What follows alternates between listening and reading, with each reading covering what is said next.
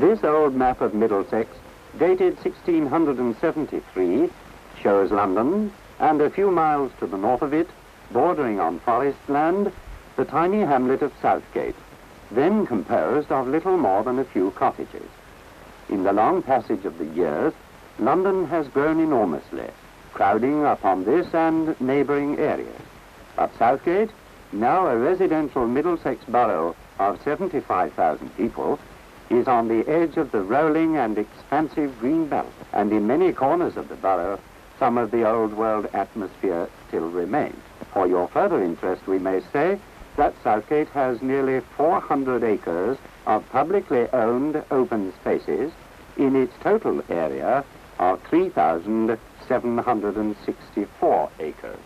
In our film, we take you on a tour of our borough, and we start appropriately at the civic hub of Southgate, the Town Hall. It was built in 1893, when, to quote a London newspaper, it was a town hall in a turnip field. This being a colour film, we come in quite early with the flowers. Here, too, accompanied by mace-bearer George Walton, you see our mayor of 1949-50, Councillor Stanley Lewin, and the town clerk, Mr. Gordon Taylor. And we turn naturally round the corner to the central branch of the county library system in our area. This is also used as a meeting place by some of our cultural societies.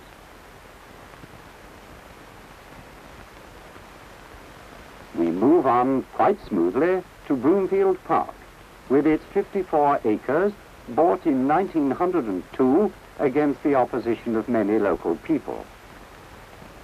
These are gardeners' cottages posed in the old wall.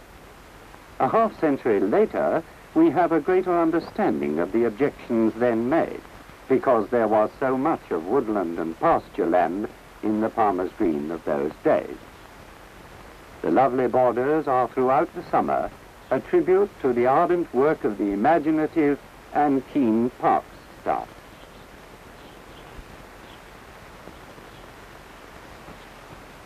Within the park is the hallowed ground of the Garden of Remembrance, which commemorates the dead of 2 world wars. With its climbing roses, lawns, a pool, it was prepared and opened after the First World War. But additions were made to its central feature, which is a lovely shrine, after the Second World War, when plaques were added to each side, giving the names of the men and women of the forces and of the civil population who lost their lives in that struggle. This is the beautiful shrine.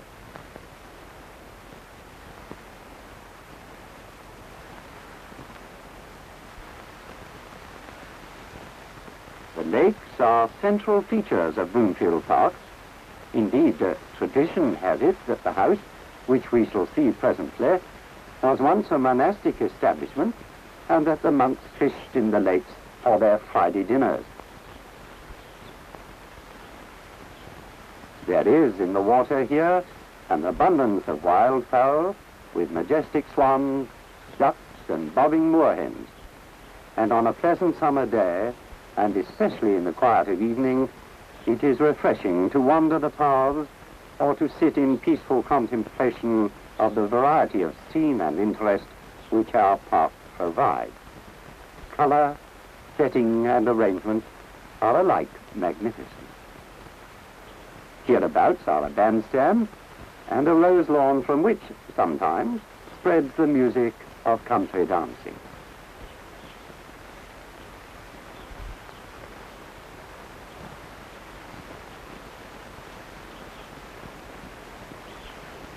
A profusion of bird life, the bobbing moorhen, and rising out of the lake, as it were, is Broomfield House, which is about 200 years old and includes the remains of a more ancient house.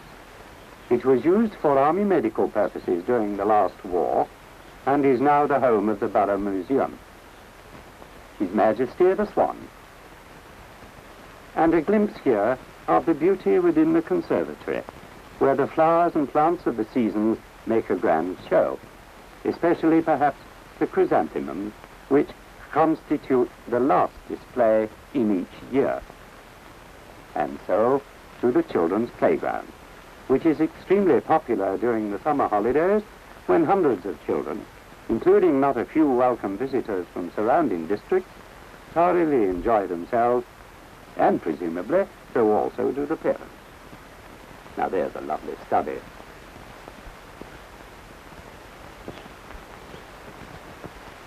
And watch this little girl. She appears to be enjoying the seesaw. But is she? I wonder.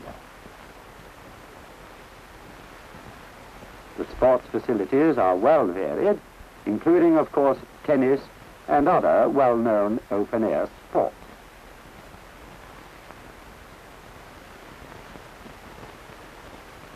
The two bowling greens, in quality and setting, are among the best to be found anywhere. The game is becoming increasingly popular. Younger men are taking it up, and women also play with considerable success on the delicate Cumberland turf. It is, as you see, a slow and peaceful game. But here's something much faster. This, the finest municipal track in the country, was opened early in 1950 and is in great demand.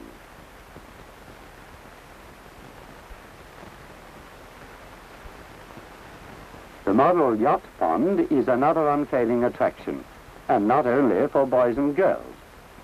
The finest examples of the model maker's art are often sailed here.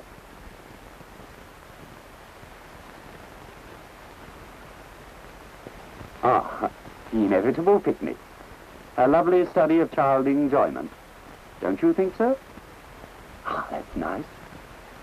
This is the stately Elms Avenue, about which there was such an outcry when the trees were lopped some years ago. But had this surgery not been done, fewer of those great trees would be standing today. We leave the park at a spot featuring one of the borough's major road improvements, that at the corner of Alderman's Hill and Cannon Hill. In passing, we picture these gardeners' cottages with the entrancing sweep of parkland as their deep back garden. The improved corner has its triangle of grass and flowers, and nearby the charming thatched cottage, the Hermitage, which is owned by an equally gracious man, Mr. Sidney Colvin. Ascending Cannon Hill, we come to North Met House. The centre portion of this large building was the home for 141 years of the Walkers of Southgate. In one generation, there were 7 brothers, all bachelors, all famous cricketers. North Met Power Company, now within the framework of the Eastern Electricity Board, bought the house in 1928 and added 2 substantial wings. We have come to the always attractive Southgate Green. Beneath its turf, air raid shelters were built during the last war. In the 18th century, stocks used to stand here, and doubtless, by contrast, the youthful villagers used to dance around the maypole. In the distance is the cherry tree, the oldest building among Southgate inns, but not the oldest licensed. Sir Benjamin Waugh, founder of the National Society for the Prevention of Cruelty to Children, used to live on this site. And being just a trifle thirsty, we have returned to the cherry tree.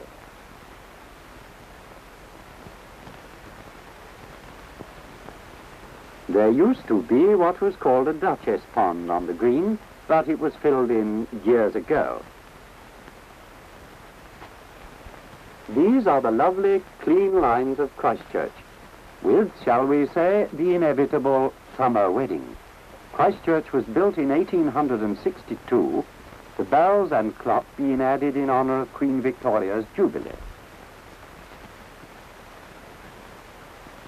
This is the Walker ground opposite the church, home of Southgate Cricket Club. a pleasant spot. And almost in the shadow of the church nestles this aptly named Garden of Rest, featuring what remains of the once truly magnificent Minchendon oak.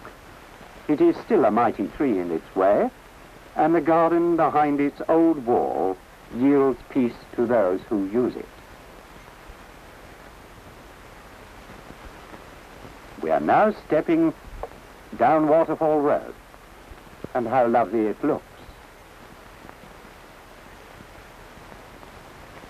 This is a view of the Piccadilly Railway Viaduct, a quite lofty structure. And we have a quick glimpse of the watch and clock makers' almshouses at the Waterfall Road extremity in New Southgate. This is Arnos Grove Tube Station in Bowes Road. And so we turn into Arnos Park, 44 acres, bought by the council in 1928 at the price of rather more than £22,000. It was another exceedingly wise purchase on our behalf. I always think this particular view of the viaduct, towering at the edge of the park, a very fine one.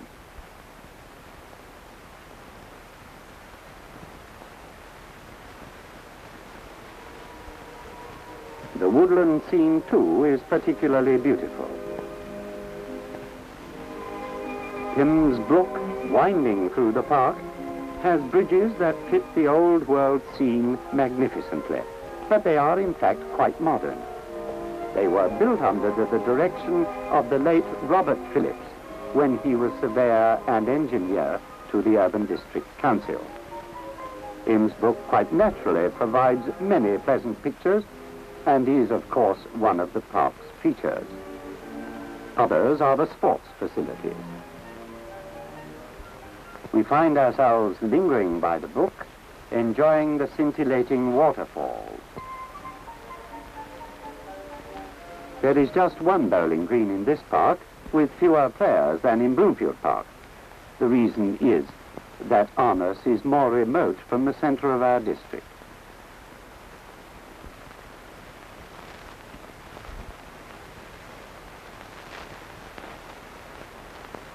With a last look at the pleasant woodland scene, we make our way back to High Street, Southgate, and to a view of Ash Lodge, where the local board found accommodation after Southgate's separation from Edmonton in 1881. Modern times gives us modern flats, Ellington Court.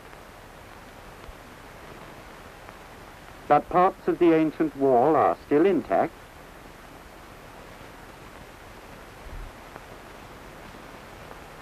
and here are more 20th century flats before we turn into Southgate's loveliest lane, Blagden's Lane, where foxes were caught as recently as 1946. We have a view of the wilderness, now officially protected, but hereabouts will presently rise a technical college to serve the needs of the district. These are the stables attached to the wilderness.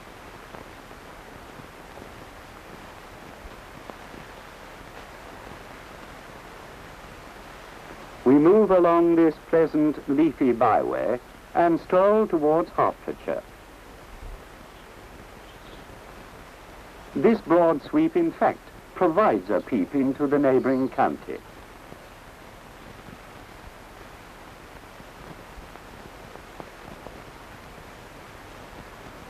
Returning to High Street, we have this compact Georgian terrace, once threatened by the plans for the college, but now permanently safeguarded. This is Minchendon Grammar School, formerly Southgate House, which was occupied by Lord Lawrence, who relieved Delhi during the Indian Mutiny. Moving on, we shortly reach Southgate Tube Station.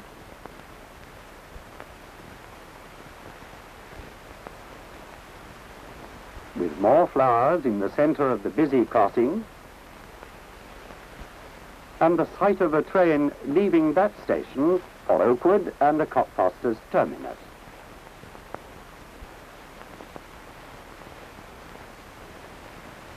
We turn the corner into busy Chase Side, and how busy it is at weekend. Another view of the Broadway and of the station.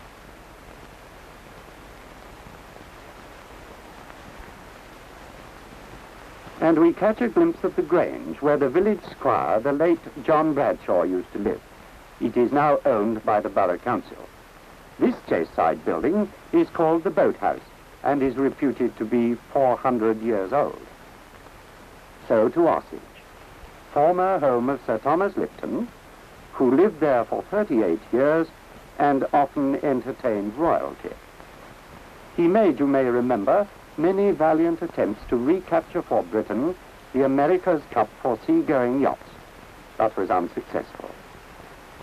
He left Osage as a hostel for nurses in memory of his mother.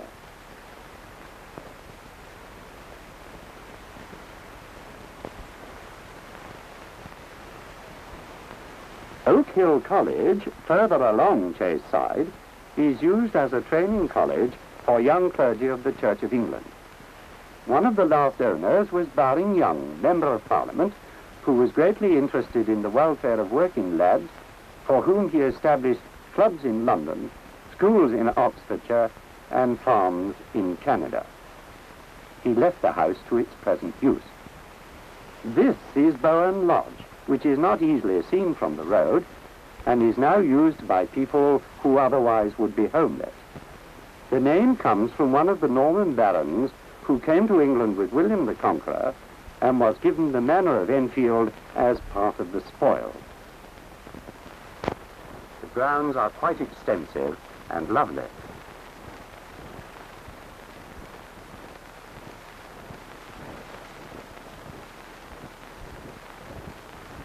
Christchurch Cockfosters was erected in 1839 by the Bevan family. There is charm in the nearby lanes, and opposite a cricket ground which now belongs to the people of Southgate. We step across the road to Trent Park, with its hundreds of acres, and it is difficult to believe that this sylvan scene lies no more than 2 or 3 minutes away from the Cockfosters tube station. The mansion, which lies well back in the estate, was formerly owned by the late Sir Philip Sassoon. It is now a training college for teachers. This is one of the lodges. We advanced right across the park to Bramley Road, Oakwood, with a distance view in the direction of Enfield. Bramley Road itself is a broad, well-used thoroughfare.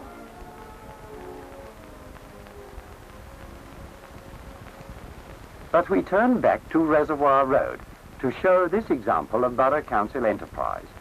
These are the post-war Ashridge Court flats, 3 blocks of them, and quite handsome they are. So on to another park, Oakwood. Bought by the council in 1927, it is now nearly 70 acres in extent. Corn was grown here quite extensively during the war. It has a splendid children's playground and quite easy of access in the background, a refreshment chalet. This is one of our cinemas, the Odeon, with trees breaking the stark picture of a blank wall. Now we are in the winding Bourne and coming to the Inverforth gates at the entrance to the gem of all our parks, Grovelands. Grovelands was bought in 1911 and is now nearly 100 acres in extent. This is the 9-hole golf course. The mansion itself, standing in a fine position, has been used for many years as a convalescent home for hospital patients, and was formerly owned by the Taylor family of brewing fame.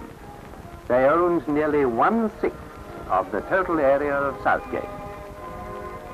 Features of this unspoiled park are the extensive woodland and the 4-acre lake, where boating is highly popular in the summertime.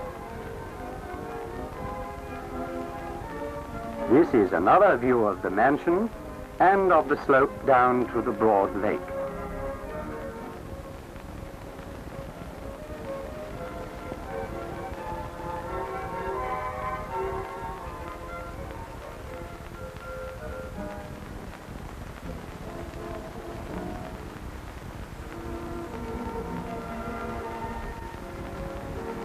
These allotments in a corner of Groveland's Park were part of the war effort to provide as many homegrown vegetables as possible.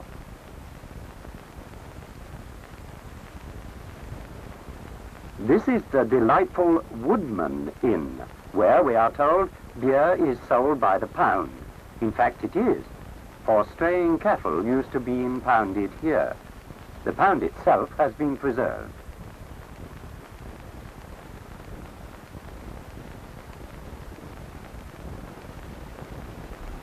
Broad Walk may perhaps be described as the prince of our roads, with its fine houses and equally fine gardens.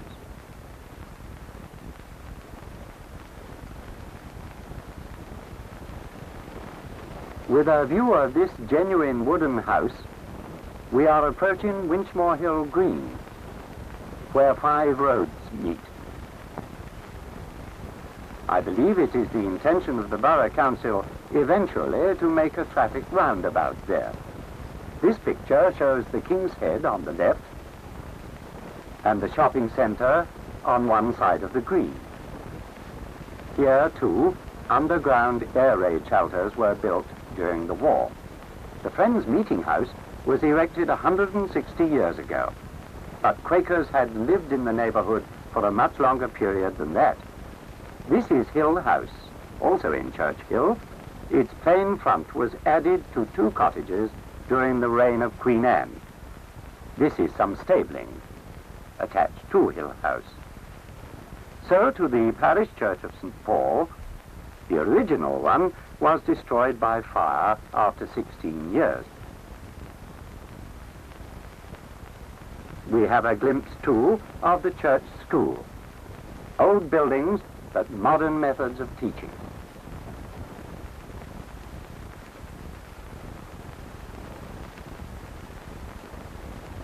By way of contrast, in buildings at all events, we take you to Armour's Secondary Modern School, with its 700 pupils, its fine straight corridors, and classrooms airy and colourful. A feature of the school life here is the extensive garden, which the boys tend lovingly. And walking across the back of the picture is Mr. Ben Rossi, now retired, who was the much-loved headmaster for many years. I cannot help wondering whether the boys would be working quite as busily as they apparently are if there were no camera in the vicinity. In any case, they have full reason to be proud of and to talk about their lovely garden at Arnos. Gosh, how they are working. Ah yes, camera conscious. Now this is what free milk, school meals and good parentage do for our young people. It is difficult to believe, watching these girls, that they are of an average age of not more than 15 years.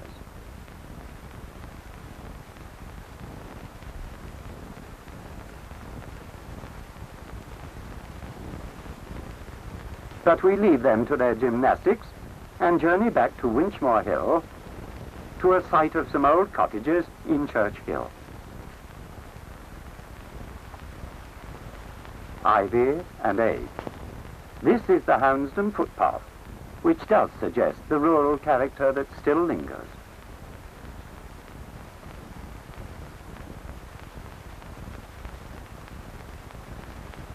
And these are more genuine wooden cottages, this time in Wade's Hill. The Strict Baptist Chapel in Vickersmore Lane is only 70 years old. It was once used by a sect calling themselves the Udalites.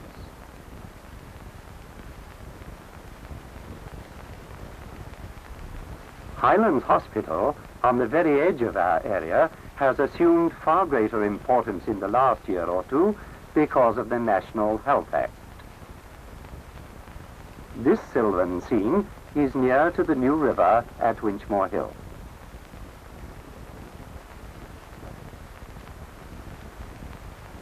And the new river, may I remind you, was cut by Sir Hugh Middleton in 1613, bringing the clear waters of Hertfordshire Springs to the water-starved population of London. Middleton spent his whole fortune on the project and did not receive a penny back. Yet 15 years ago, a single share was worth £200,000. This is one of the 89 Clarendon arches which used to carry the new river in an aqueduct across the valley of Salmons Brook. This is Salmons Brook itself. Here is the newly built Halliwick School for crippled girls, with a dormitory provided by friends